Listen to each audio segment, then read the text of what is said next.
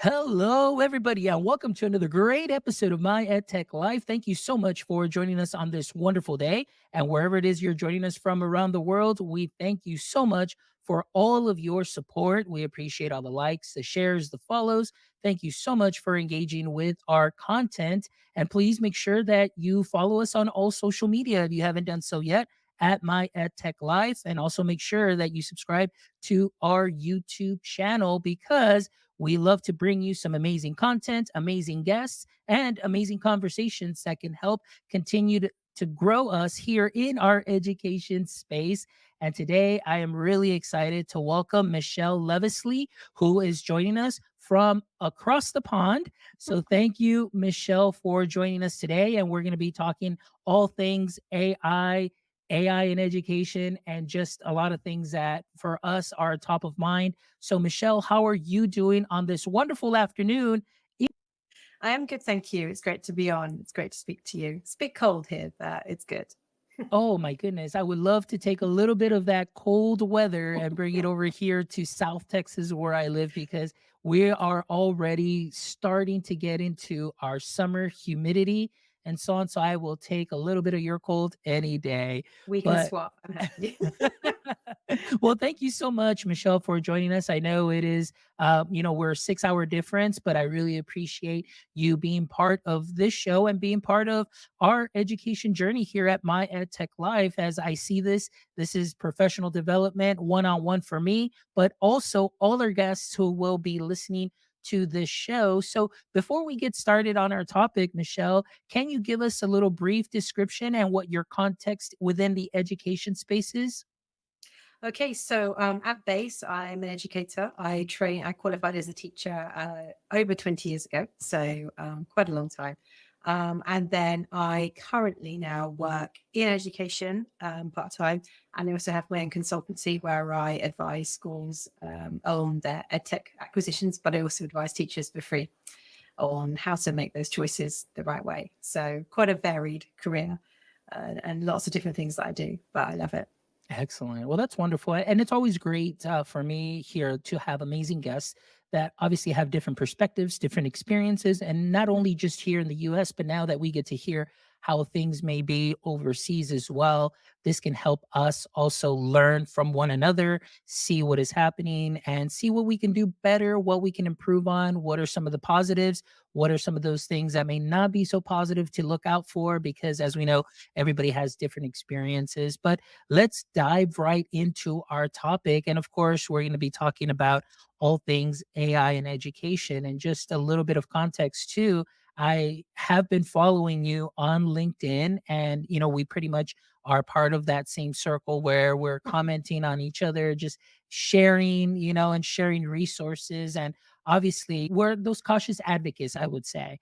I mean, like I always tell people, I am not against AI. I use it, as an adult, but I am just very cautious when we do put it into the hands of our students, especially when they may not be ready and when, the applications may not be up to par because we have already seen a couple of things that are popping up. And so those are just the things that we just want to caution educators on. We want to caution ed tech, creators and developers on. So I'm just excited here to hear a little bit about your perspective. So let's take it back to maybe that November of, what was it, 2022, 2023? I can't even remember now. It's time eludes me. But as soon as you saw, ChatGPT coming out, what were your initial reactions? And now, what is your reaction now that we've seen this continue to grow into various ed tech platforms? So give us a little bit of your background with that experience. Also interesting perspective. The first thing I thought when I heard about it was, oh, this sounds a lot like this is another Google Translate. So my graduating cohort in 1999 already, as a languages major, we already had a number of students who were sanctioned because they'd used Google Translate to put their final dissertations through, which that's part of the reason they're going on about ChatGPT now being banned in schools and all the rest of it. And I just thought, well, we've had this before. I've got it been here. But also I just thought, oh, this is the hype. We've just got so much hype on this now. And I was actually working quite much more in the corporate sector at the time.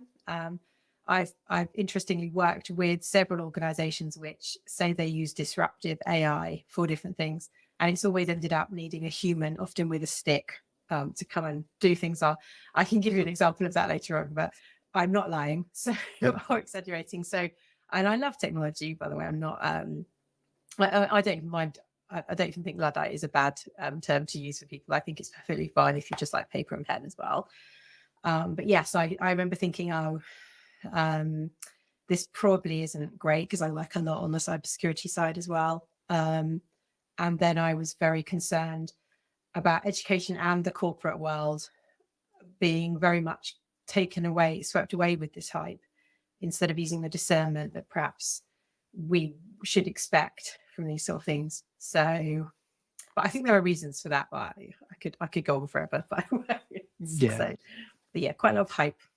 Yeah, and actually, you're absolutely right. I think it was a lot of hype, and it still is a lot of hype. Now, I'm not saying again that it isn't going to be good. I mean, for me, and anything that might help education and help improve things is definitely something that I am all for. But I think again, in its infancy, as we know, many people say, "Oh, well, we've been doing this for a very long time." And I understand that, a lot of the education platforms use algorithms, for personalized learning pathways and so on. So that went on in the background for many years, but now it was just because it became forward facing.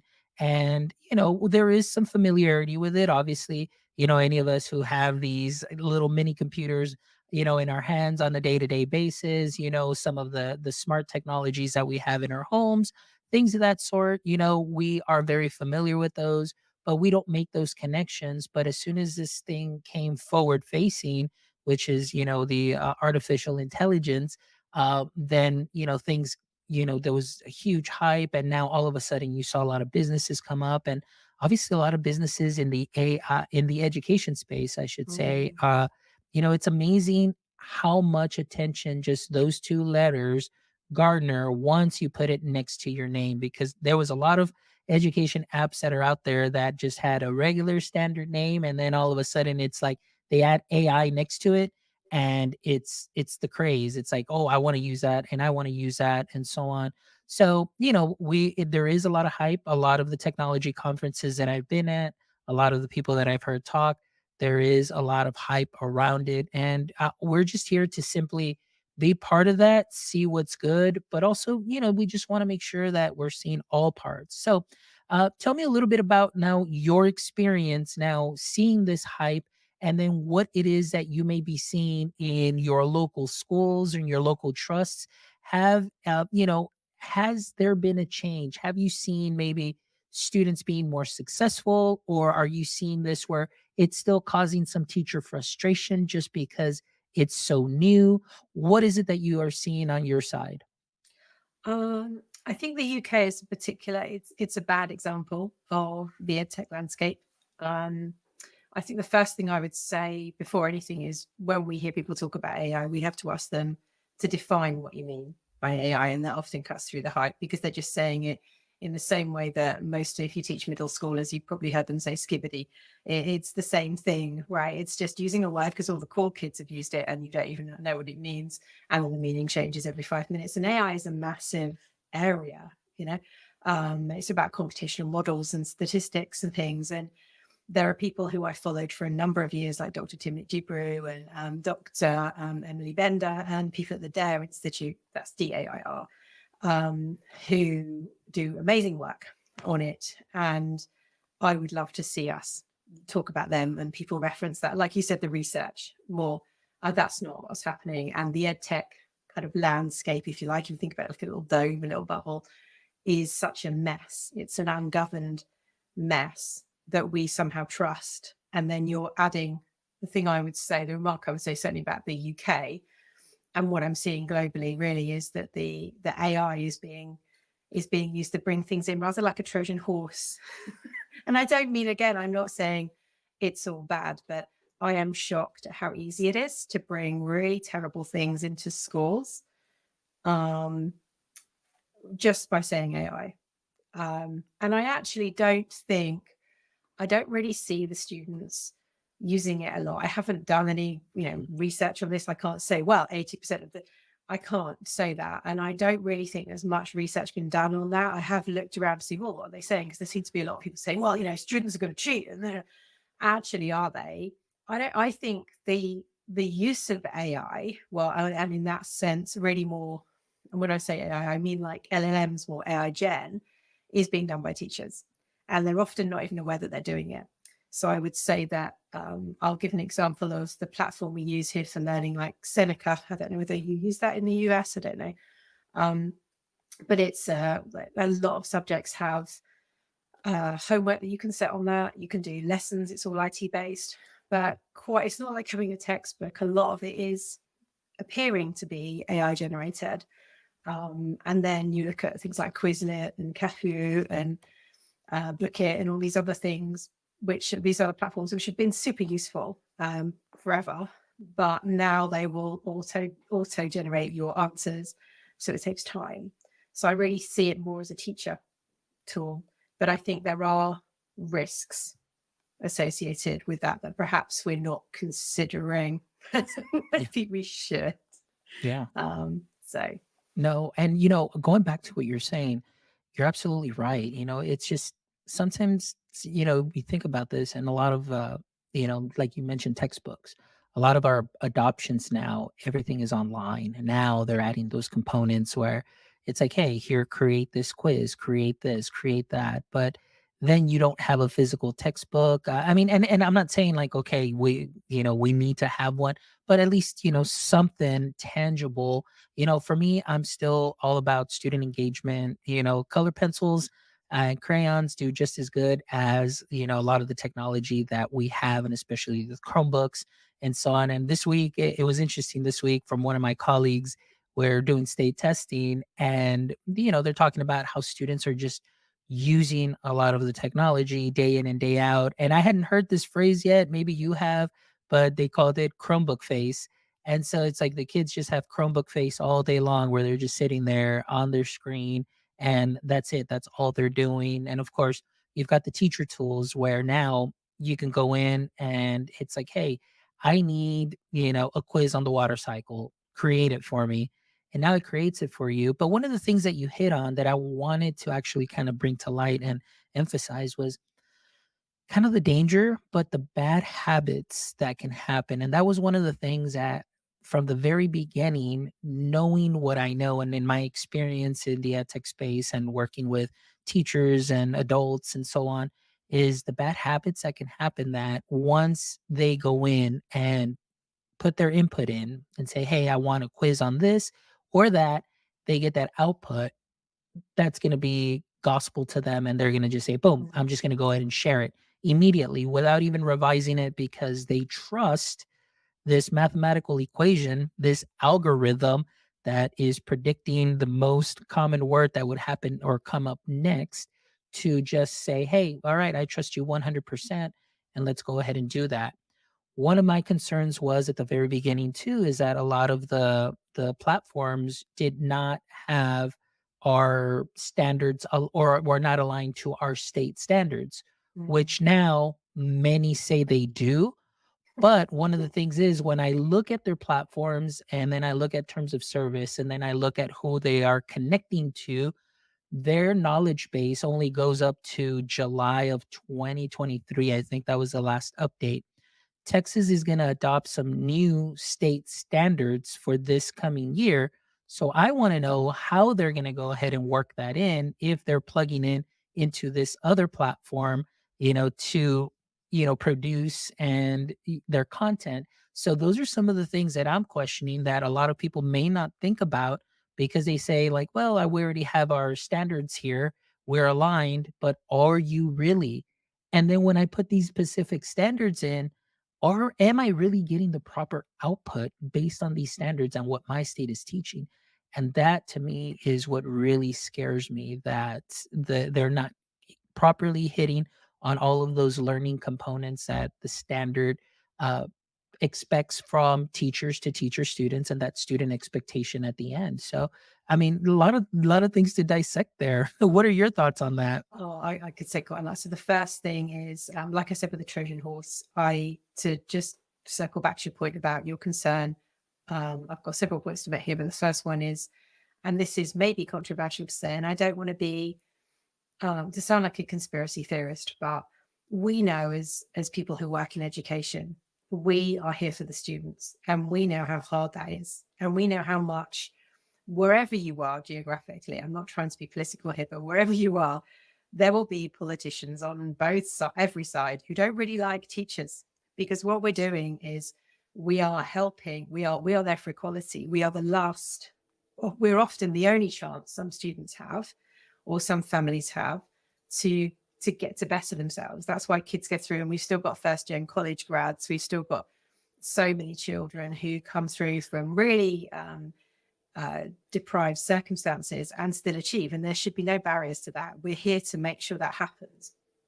And my fear is, and I see this with the UK, particularly, we have an online platform that was launched very quickly. I could talk about this later, in 2020, which compared to the rest of the pandemic response was launched remarkably fast and remarkably slickly. I don't know whether that's a word, but remarkably well, considering it was supposedly an emergency thing. And my point is that I think we could be ushering in stuff that would eventually replace us. And I see this in the corporate world as well. I see teachers saying, oh, this can do my lesson plans for me. This can plan this. And I'm thinking, well, yeah, I don't think we should have to do as many lesson plans. The admin we have to do is horrific. But equally, if you are saying that this can write my business strategy for me, this can write my manifesto for me, this can write my project plan for me, you are effectively saying I don't need to be employed, and they will hear that and they will get rid of you. They already don't like teachers. So, and we're expensive, and there's a teacher recruitment retention crisis. We have got qualified educators everywhere. They've just noped out and gone.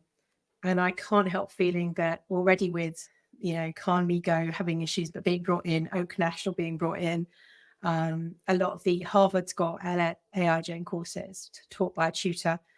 Some, I can't remember what university it is, but they're presenting all the commencement awards with an AI generated person. So I just think we're going down a dangerous path. I think we need to be careful.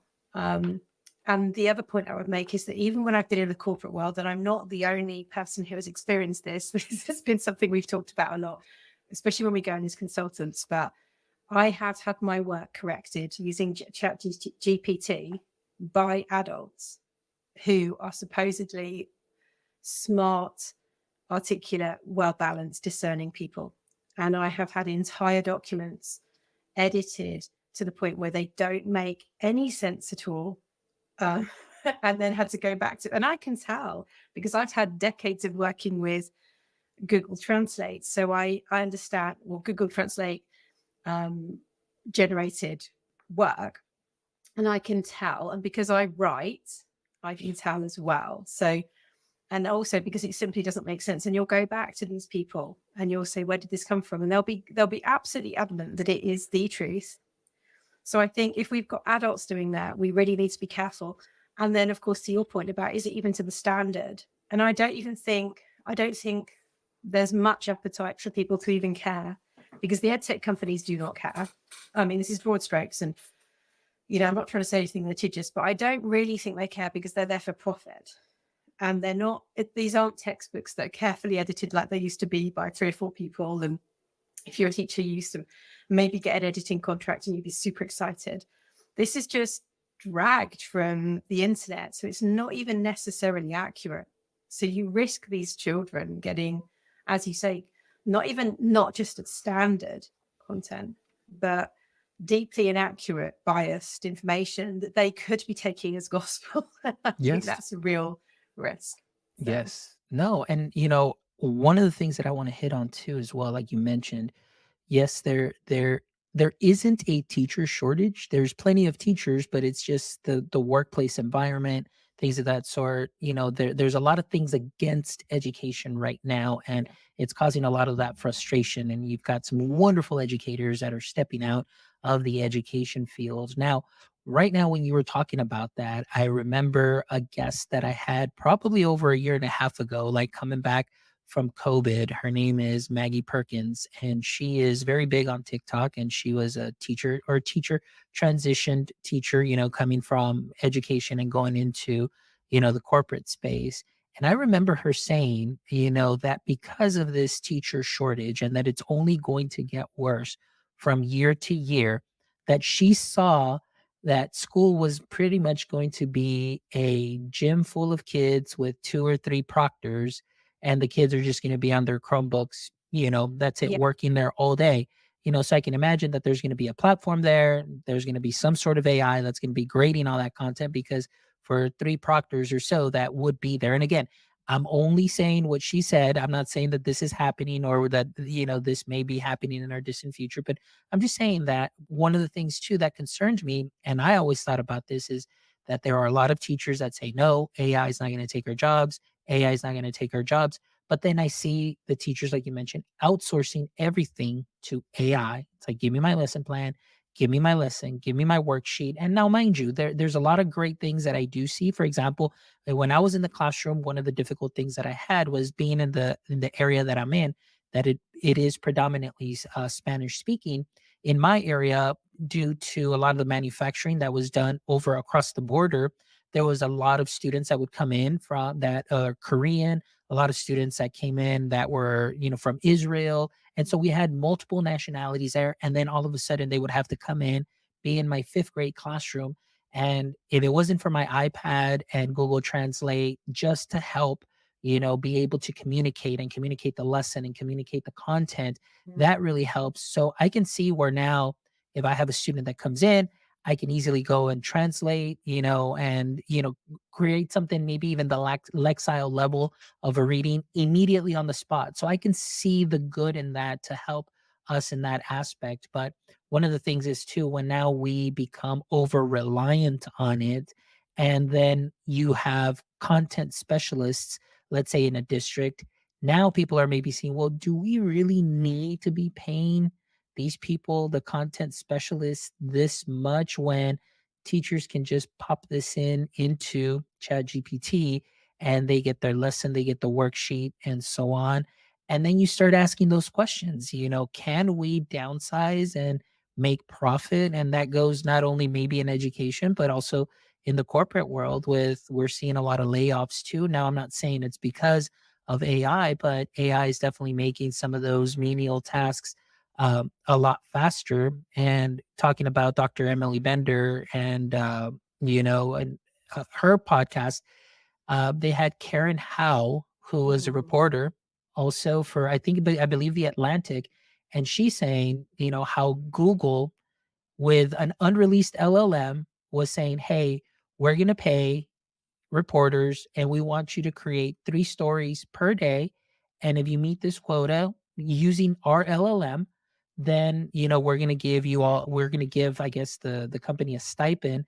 So what she's saying is that now you don't even see those entry level jobs, like, for journalism or people at all whatsoever, because really what they're doing is they're just using this LLM to scrape the internet and just piecemeal articles together. And this is the news that we get. So there's a lot of things there, like you mentioned. Again, I'm not being an alarmist, people, or anything. Like, we just want to think about what may be happening. And we're seeing this bubble, and this bubble's getting bigger, and there's a lot of excitement. But there's going to come a point in time, I think, where this bubble may burst, and then we're going to see who the true, I guess, companies that are out there that are doing or putting in that work and being very, adamant about their work, will be surviving, and will have those platforms that we can use. So, there's definitely a lot of bad that we may see, or negative, I should say, that we need to at least consider. But also there is a lot of good that we can consider there, as well as, like I mentioned, if I was in the classroom and I have these tools that I'm using for myself as a teacher to enhance what I already have, and again, enhance what I already have, not reinvent the wheel, and maybe come up with something that might not be standards aligned, and so on. I would just be very cautious about that too, as well. So a lot of things to dive into there. So very interesting things. And Yeah. the other thing too, like you mentioned, so this is a for profit. Um, some of the things too is, and I don't know if you've seen it over there in the UK, you have these pilot programs. It's like, hey, can we pilot this? We'll give you these 3 months for free. And then all of a sudden it's like, oh, teachers, I want this, I want this, I need this, I need this. And then it's kind of like, well, okay, now you want this. Well, it's going to be X amount of dollars per campus or trust, or per, in our context, it would be per Yeah. district, and then all of a sudden it's something that we can't afford. So those are some of the things too that concern me, where they throw out words like equality, equity, But it's not. but it's Because it's the not. data. It's the data they want. I always say, even when it's free, I always say, what are they? Nobody goes into education. So you and I didn't go into education I didn't qualify 20 years ago because I wanted to be rich. I would have gone and done the grad scheme at Ernst and Young or something, or McKinsey. I wouldn't be where I am, having to buy pens, for years and snacks for kids. No, nobody watching this necessarily went in there to is doing this for personal gain. You're doing it so others gain, and it's a real vocation. I think it really is. And I think that's what we need to also really make a distinction between, say, for instance, what you're talking about with, oh, hey, I might use Google Translate to help my students because I know I've done that. Or I might use this to create, generate a lesson plan or a worksheet or something. But that's my personal data and that's my choice. And that's really not harming anybody. I think it is a little bit, I think it would be silly, for want of a better word, to loudly say that you were doing all this using AI because they're just going to replace us. Because I think the problem is if there's too many lesson plans, then maybe we actually do need to address why teachers have so much admin. That's a system issue. And I think we need to address the system issues. Like if we have children in who need that translation, we need that help for them. We're not going to get it.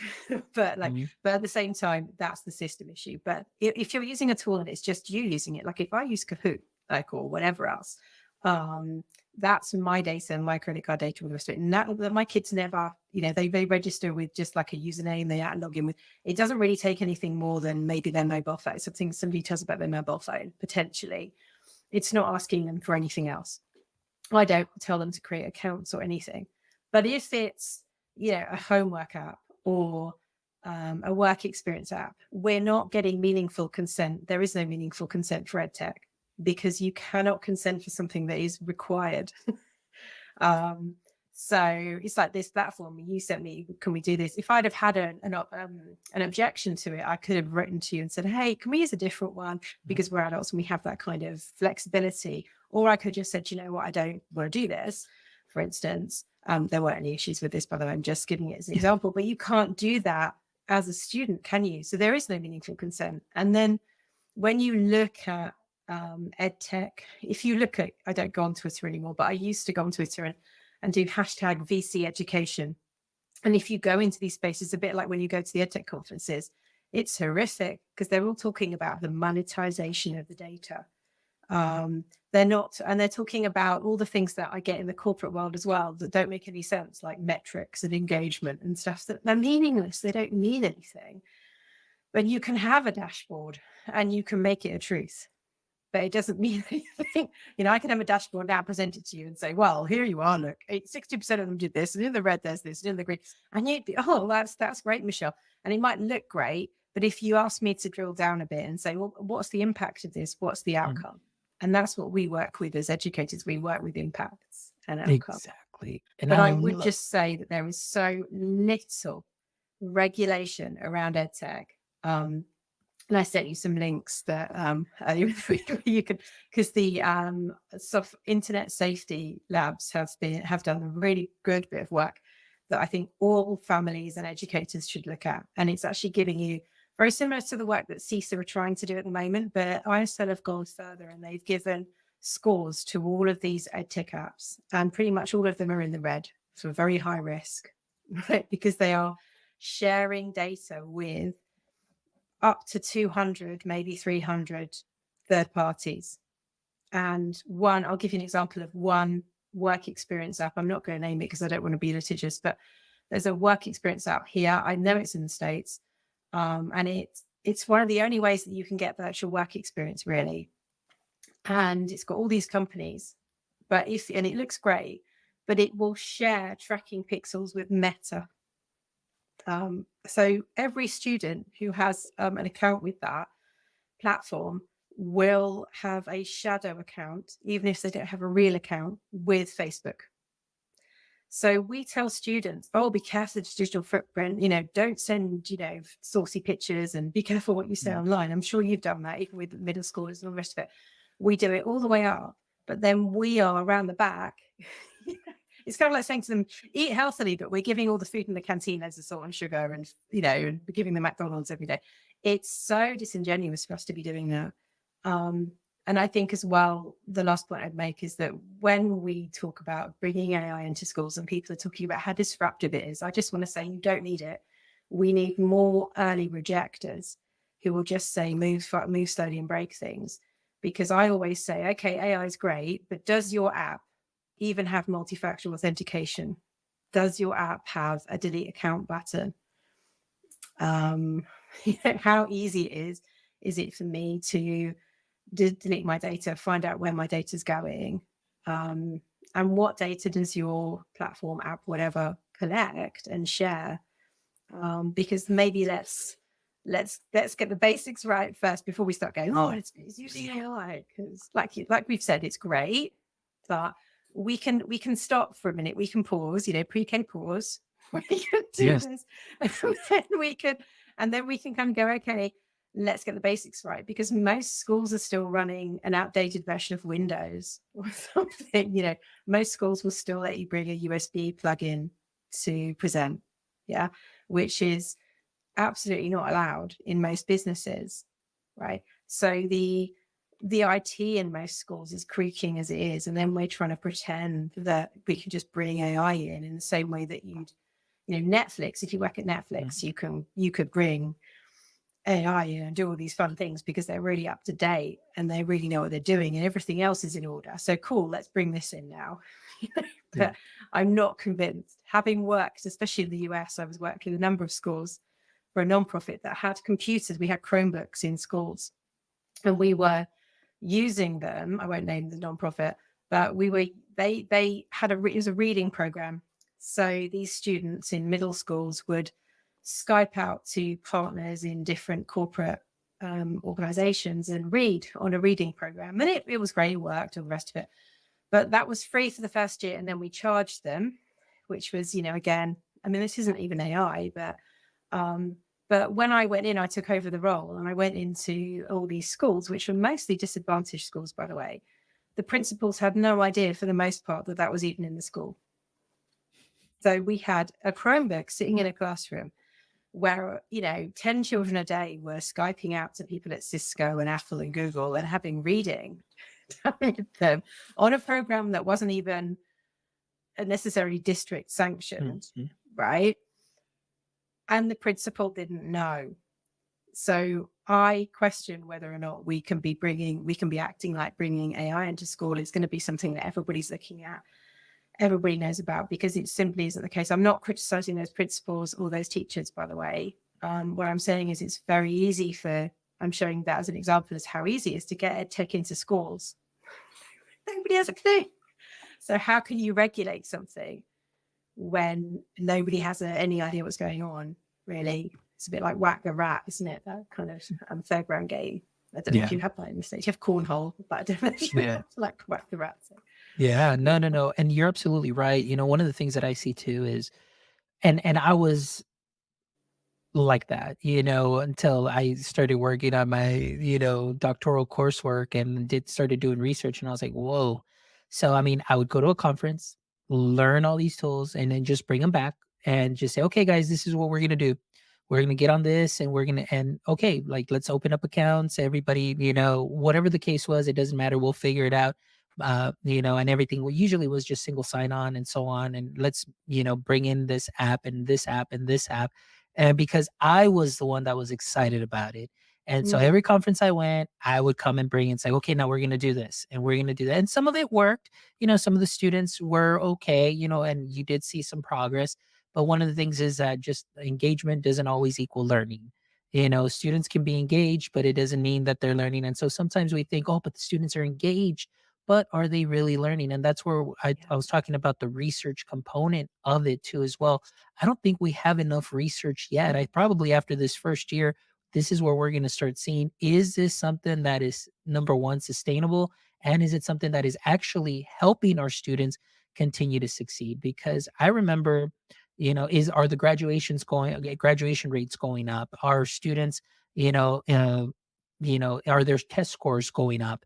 Things of that sort. And like you mentioned too, because of the equity, quality, and access, you may have schools that have or can afford these applications where other districts may not. And now you're kind of seeing like, okay, is it really the AI or the platforms, or was it really the teachers? Was it this? What are some of those factors and so on? So I just really want to see that there is an actual study, just very transparent, and see, okay, because again, we went one to one. Have graduation rates gone up because we're all one to one? Have our students' test scores going up because we're one to one? Is it the Chromebook? Is it that? So a lot of things to think about. So the other thing was, like I meant, going back to what I was saying, sometimes I feel that as educators, like I said, we get really excited, we bring these things in, and we're doing it for our excitement because we're excited, and then we want to share stuff on social media like, look at what I'm doing, look at what I'm doing, look at what I'm doing, and get clicks and so on. And now I am an ambassador of a platform. Yeah. Now I am this. Yeah. And then I'm just thinking to myself, somebody created a post, I think it was either on LinkedIn, and they were saying, ambassador programs are the equivalent of unpaid internships, adult internships. And so it's very interesting, and a very interesting dynamic of what we're seeing in the education space because of the ed tech companies. And again, it's like, hey, I give you a free shirt. You're going to promote this for me and you're going to bring it into your school. And then we'll see who it is that we can talk to make sure that we bring it into your school. And so I get it, but again, I'm not saying that it is all entirely bad. Like, I mean, on the No. teacher side of it, a lot of these platforms, teacher, because I get to use it and I have control, I'm all for it. But because of terms of service, like you said, I still am questioning a lot of the schools. Have they reached out to the parents to sign off and say, hey, my student can use XYZ platform, or this is what the teacher's using? Can they or can they not? And are they giving them that information? Because oftentimes, like I said, I go to a conference, I'm going to come back and I'm just going to bring it in to the classroom without even telling my principal or even telling my Yeah, that's what IT it was. coordinator or anything, because it's like, oh, it's single sign on.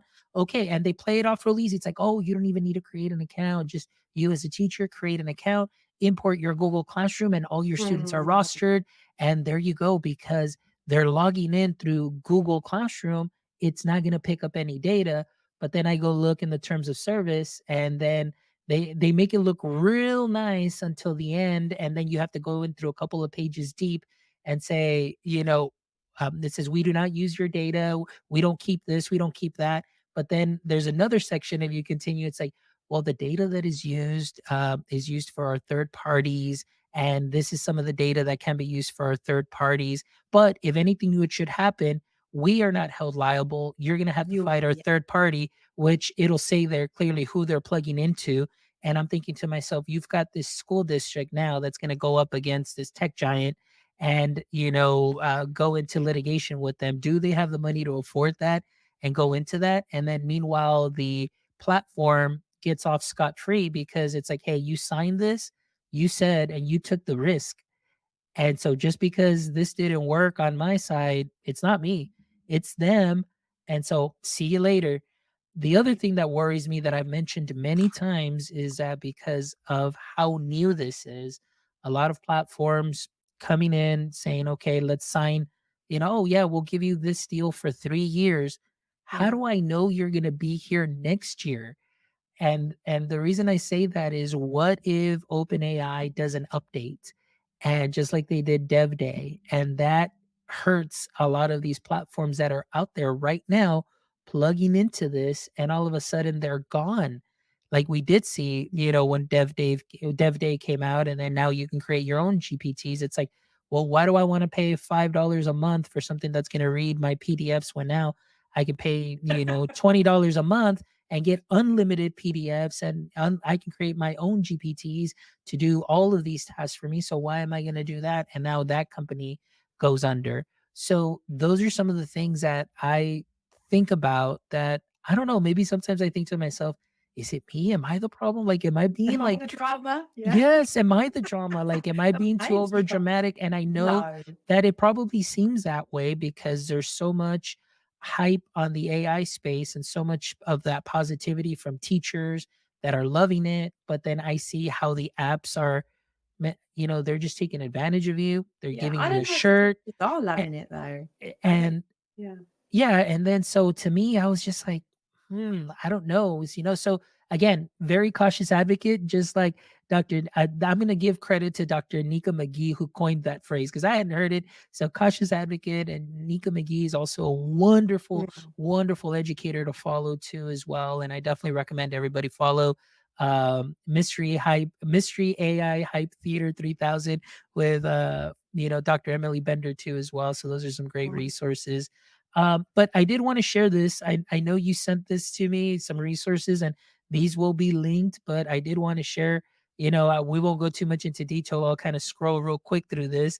But I mean, these Yeah, are the red and all, the amber is concerning because yeah, the it's reds and definitely the amber. opaque. That's the thing that I would say as well, is that when you're talking about the teachers being excited, I think actually teachers are excited about, like, our CPD is amazing as educators. It always has been. I miss it when I'm in other sectors, but I think it's coming from the pressure is coming from the districts, and almost government level, wherever you are.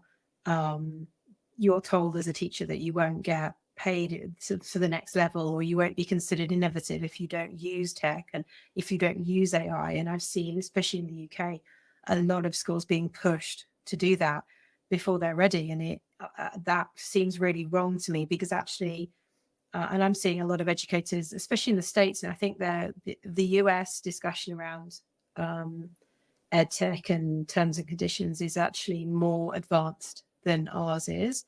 The UK is a bit of a data exploitation Wild West, I will admit. I'm really concerned for our students. But there are a lot of teachers that I follow on social media and just who publish things, who are saying, I just want to go back to a textbook. I don't mind you. I'm fed up with these Chromebooks. I'm fed up with, and the kids are fed up with this. And I want to just get pens and pencils for a bit. And it's not that they will never use tech. But I think, coming back to that grid, like the edtech companies are deliberately opaque. I don't like it, because you wouldn't accept that from food.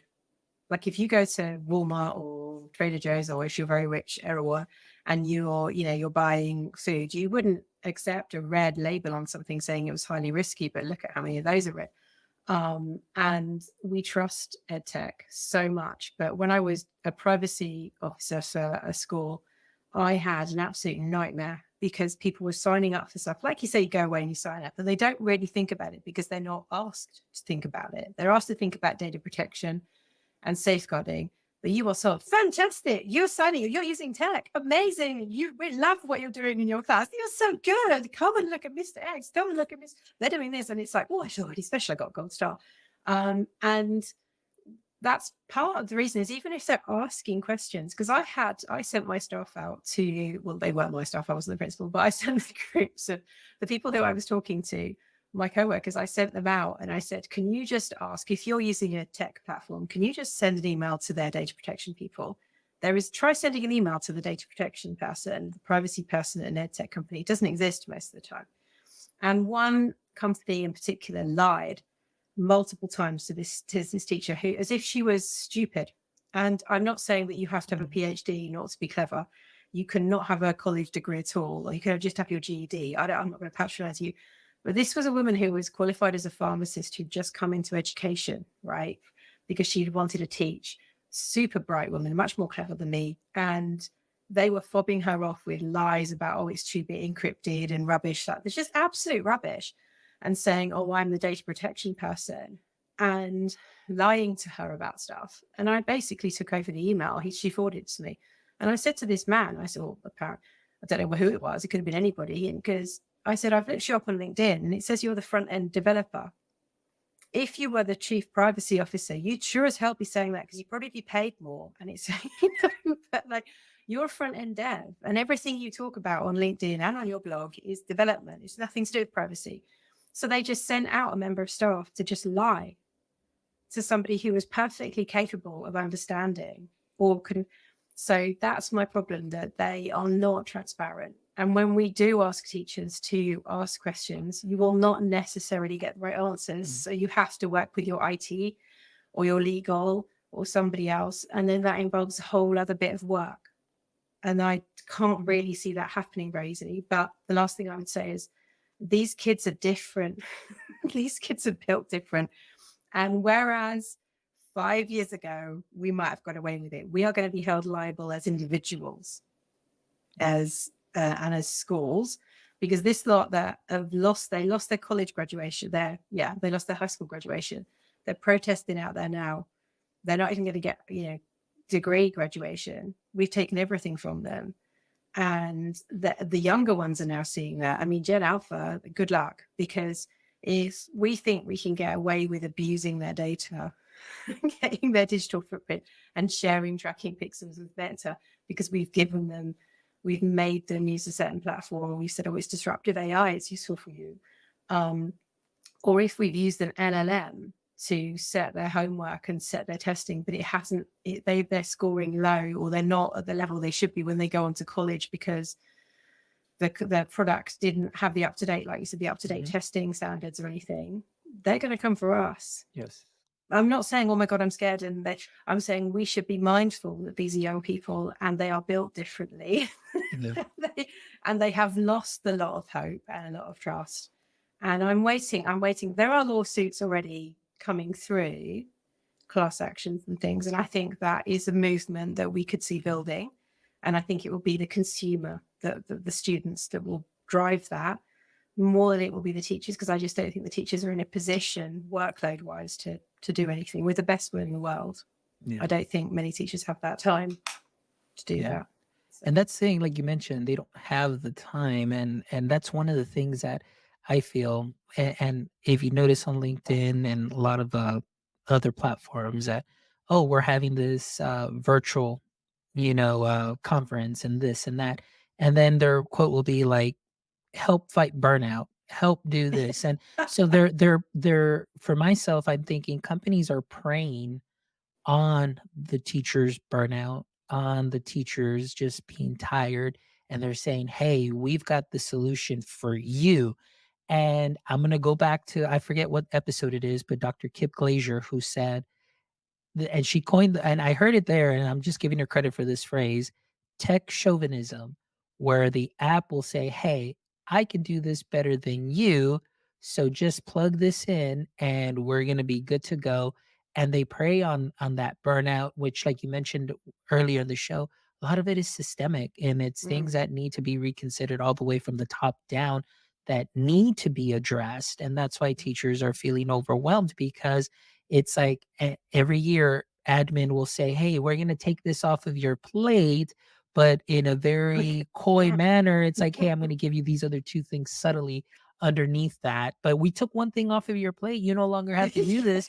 Yeah, but you just gave me two more things, Yeah.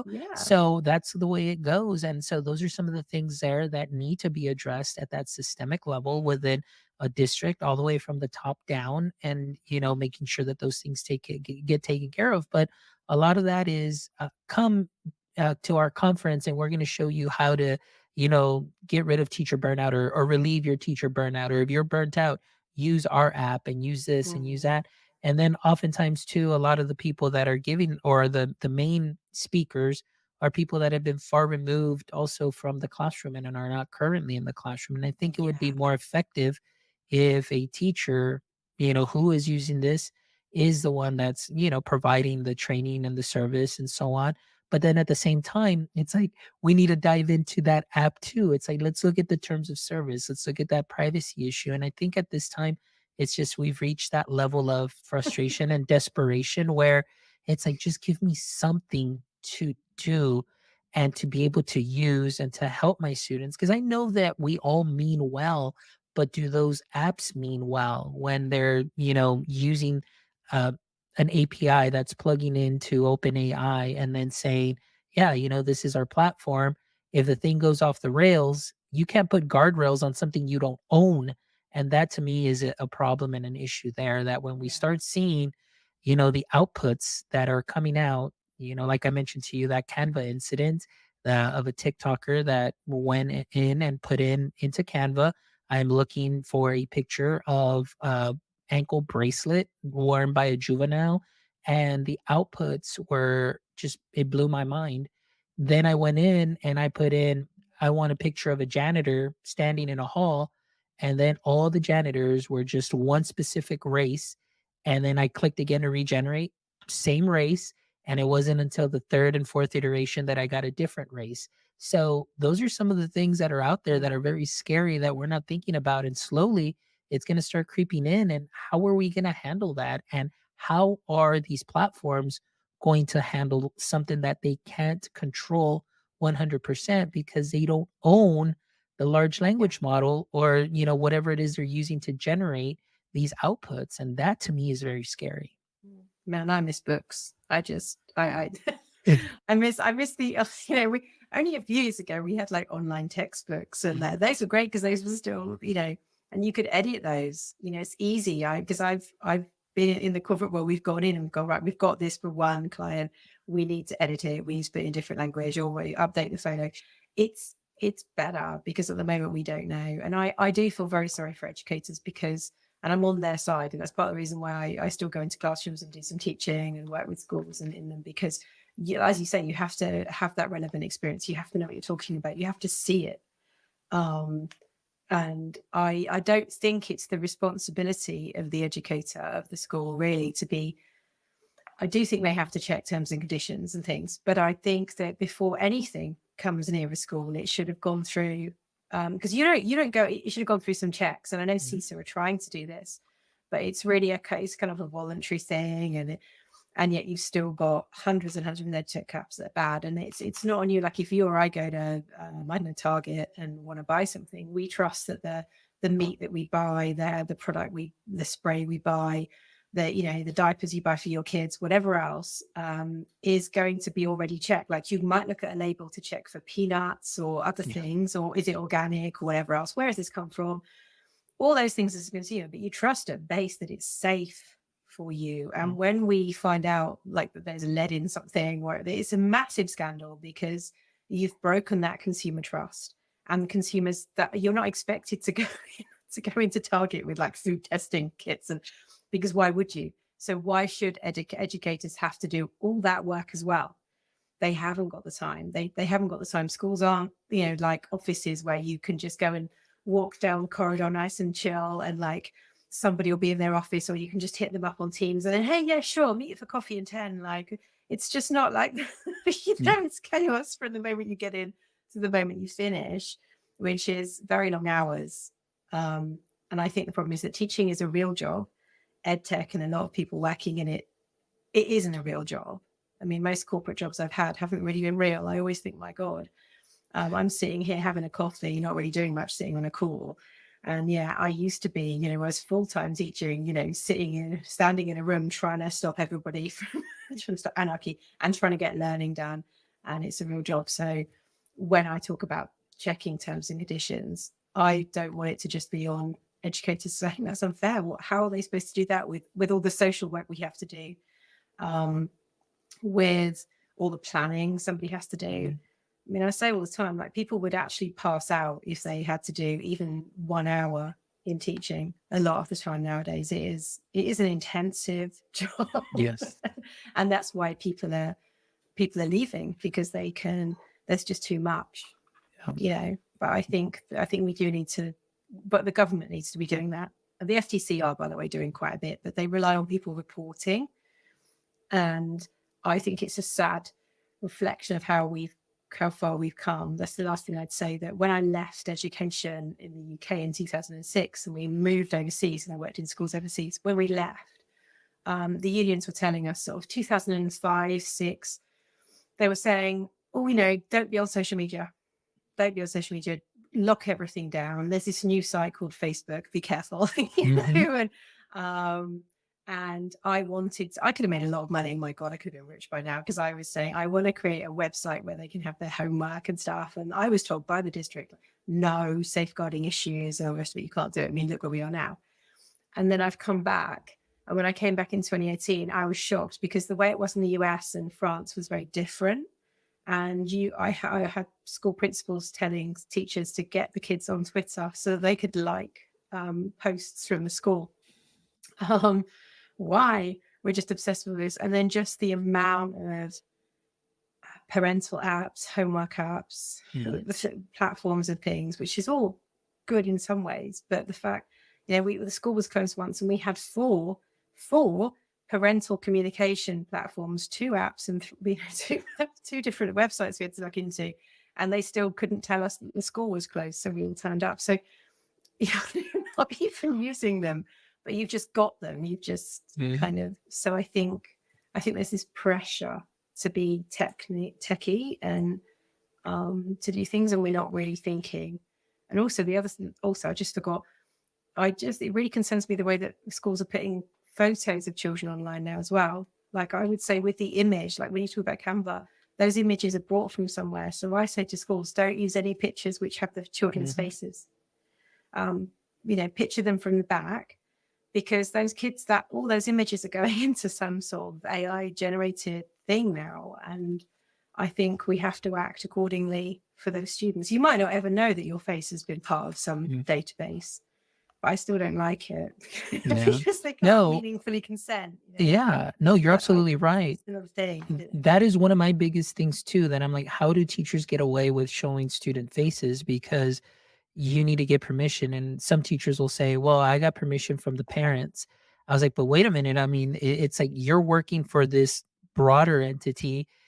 Shouldn't you have talked to your principal first and then see if that comes in from our, superintendent or your chief technology officer, somebody there that might handle safety? Because you're absolutely right on that, and that to me is a big issue too. I know when I was working in my elementary, I know that we had a list of students that'll say too, like, do not photograph, for various reasons, dealing with family issues and things of that sort. So they don't have any kind of identifier or anything of that sort. So I was like, It's like mine. yeah, I was like, don't even get into any trouble at all whatsoever. I was like, don't even take any pictures.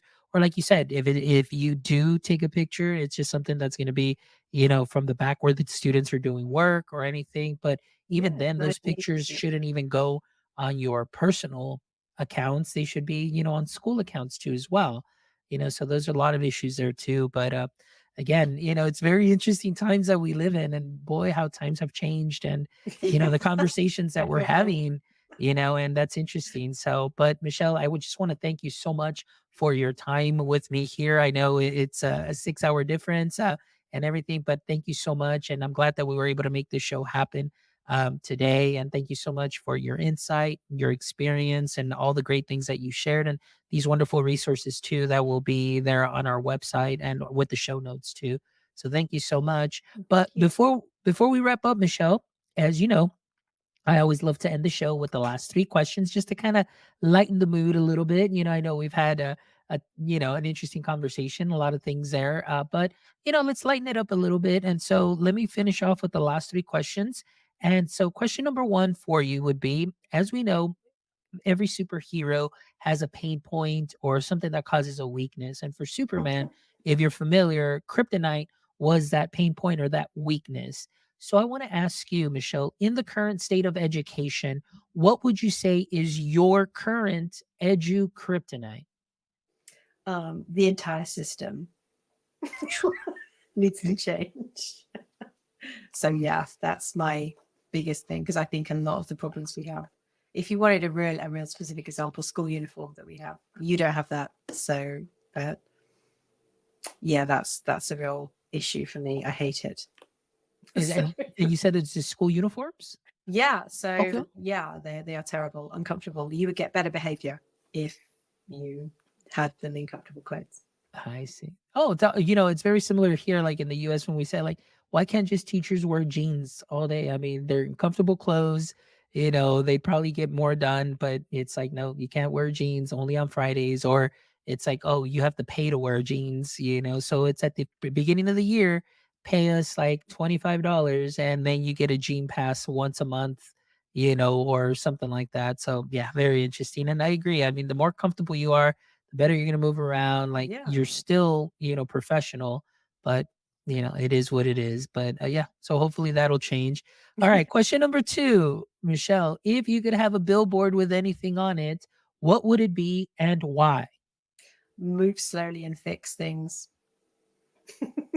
for obvious reasons. Just don't be afraid to go slow and change and say, I'm often the one in the room who says, have we thought about this? And I'm not very much fun at parties at all, so I don't get invited. That's why I'm here on like a Saturday afternoon. Um, but yeah, just to not be afraid to be the thinker, the cautious person. We need the squeaky wheels. It's There not you being a go. blocker, it's just being a thinker. There you go. I love Yeah. that. Man, you and I have so much in common. I'm the same way. It's like everybody Yeah. wants to measure once, cut twice. I'd rather measure twice and cut once. And then I'm seeing like the oddball, like, oh, like you're too slow. You're too. I was Yeah. like, no, I'm just being very cautious, and it's okay, to think. But like you said, there always needs to be a balance. You always have to have that forward thinker. You Yeah. have to have somebody that balances them out too, as well, and just kind of thinks of things. And then you've got, the other people also that play a specific role. It's almost like a family, and it's just a matter of juggling all Yes. those personalities too there as well. But I think a lot can get done if you just kind of, just like you said, slow it down and see where we can fix and actually get to the root of the problem, and not just Yeah. try to put a band-aid on there, because then that's going to hurt when you rip it off, and then you're just going to need a bigger band-aid, and so on and so forth. So I agree with you 100%. All right. Last question, Michelle, is do you have a favorite hobby or activity that you wish you could turn into a full-time profession? I have turned it into partly a part-time profession, believe it or not. It's Okay. I do tarot reading for business. So I have a Patreon where people can. I'm not plugging it here, by the way. But I. It's really weird that you wouldn't think that business is the biggest thing I make money on really consistently is giving. I have a whole clientele of mostly straight white men who pay me to give them like a 3 card read on of tarot for what they should do in their career, basically. Very, very Yeah, which interesting. which started as a hobby Wow. because I love it, and because I think working with children, like this week, the moon has been in Scorpio, by the way, which has been why everything's been like, they've been a bit crazy. I don't want to say crazy, that's an ableist term, but they've been a bit off the wall. You often have to think, don't you, as a teacher, what's the weather like, or why are they doing this? And it's usually the moon, or you Yes. know, Oh my so goodness. That reminds me, well, anytime that I see rain and I'm working, Monday through Friday, if I'm there in the district and there's rain that's coming, it just immediately sends me back to my classroom. And then I could just imagine all my students like, yeah, it's so weird because it's like you've seen rain before, but because we had our window open, they're like, oh my gosh, it's rain. And everybody runs to the window. And then all of a sudden they just get very anxious and active and so on. And so, yeah, I completely get it. I understand. I know exactly where you're coming from. Well, yes. Michelle, this has been an amazing conversation. Thank you so much again for spending a little bit of time with me. And like I mentioned earlier, sharing your experience and also getting your perspective and seeing how things are overseas as well. Because I think we definitely need to open up these conversations, not just here within our space, but also see how other spaces are doing, other countries and other places, and just to continue to learn from one another and just get, just some data, get, like this podcast actually is probably going to be used for my dissertation, because it's archival. I get to download it and then I get to put it in my dissertation that I'm working on. And so it'll go into that, but it's Yeah. just a I learning apologize for experience. saying skibbity then. So it'll get used for that. And so I'm just excited, about what is coming. But again, being very cautious too. Again, Mhm. it's good to be just, I always, and I was telling a lot of platforms when I went to a conference in February, I said those that move slow are going to get a little bit further, because there's some that are just going on all in 1000%. And sometimes what happens is there's an oversight, there's too much excitement, there's a lot of things that may happen and so on. But I said, if you move slow, see those that are ahead of you, see what happens there, and you can go ahead and fix that before it gets to that point and so on. You're gonna be fine. You'll be there. Yeah. So yeah, those are the things there. Well, thank you. I appreciate it. And for all our audience members, thank you so much, as always, for making My EdTech Life part of your day. Again, if you haven't done so, make sure you follow us on all social media at My EdTech Life. Make sure you jump over to our YouTube channel, give us a thumbs up, and subscribe to our channel as well. And don't forget to visit our website at myedtech.life, myedtech.life, where you can check out this amazing episode and the other 274 amazing episodes with educators, creators, founders, all sorts of wonderful people, professionals that you can take some knowledge nuggets from and sprinkle them on to what you are already doing great. So thank you, as always, from the bottom of my heart. And again, my friends, until next time, don't forget, stay techie.